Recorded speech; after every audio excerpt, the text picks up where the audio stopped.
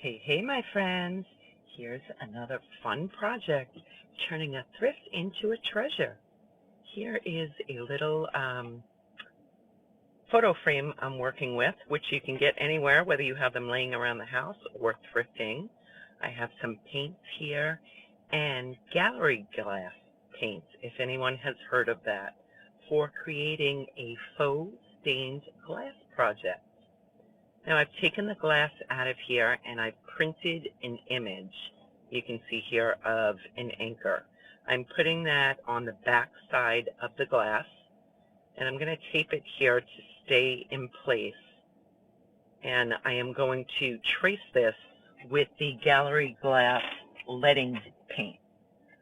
You could do this on any size frame, any size image, or if you're talented enough to draw your own image.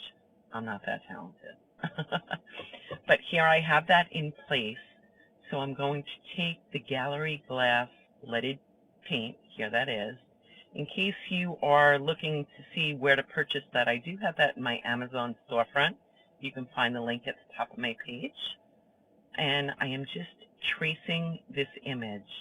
Now, one of the tricks to using this leaded paint is not to touch the tip of the paint to the glass.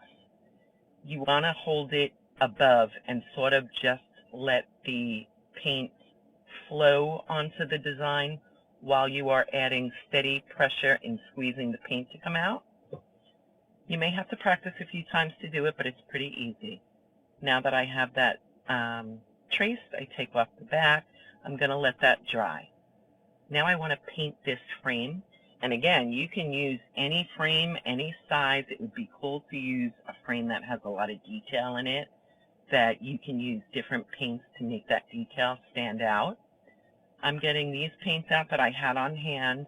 If any of you saw the video that I did painting the items on my deck, I used a lot of these blues. Again, going with that coastal beachy theme. And I'm just going to start randomly placing this paint on the frame. I'm not looking for perfection because I'm going to add another item to this as well. I sort of just want it to look weathered, worn, those blues in it, again, beachy. So these colors were perfect in doing that. And you can use any colors you like to go with any decor or theme that you have. And you just keep adding the paints until you get to the desired effect that you like. You can see how layering the paints just changed the color of this. So after I let that dry for a few minutes, because I did add very little bit of paint, there's not a lot of paint on there, but I'm going to use this nautical roping and my glue gun to frame this, again, to take it to the next level of that beachy nautical look. I'm going to cut off the taped end of this roping, and then I'm just going to take a bead of hot glue and put that around. I'm going to cut this into 4 pieces to frame this. But in thinking about it afterwards, I didn't even need to cut it. I could have just continued one piece all the way around. That would have been easier. You sort of live and learn as you're doing these things. But you can see how easy this is. The roping just sticks to the glue and framed it out perfectly. And she's all done. Easy peasy. Now that that leading part was dry, I'm going to fill in with the color. I'm using the blue gallery glass paint. And I sort of just outline it as close to the leading as possible. And then I will use something with a sharp point. Here I'm using a wood skewer just to sort of level the paint out if there's any bubbles, and make sure that it's covered all the area that I want it to. So that part is done.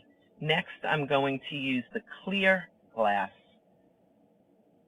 This comes out in white, which is great because it shows you much easier where you're applying it to.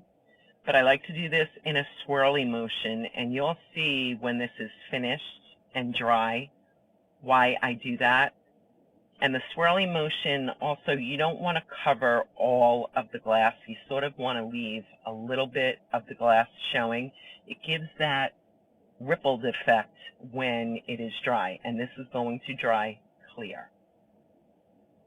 And again, very easy to do. I like doing next to the design first and then filling in just with random squiggle. I was going to say strokes. It's really not strokes. You're squeezing the glue out at a constant pressure and just swirling it around. And again, because it's white, you can easily see where you've applied it. If it were clear coming out, it would be hard to see.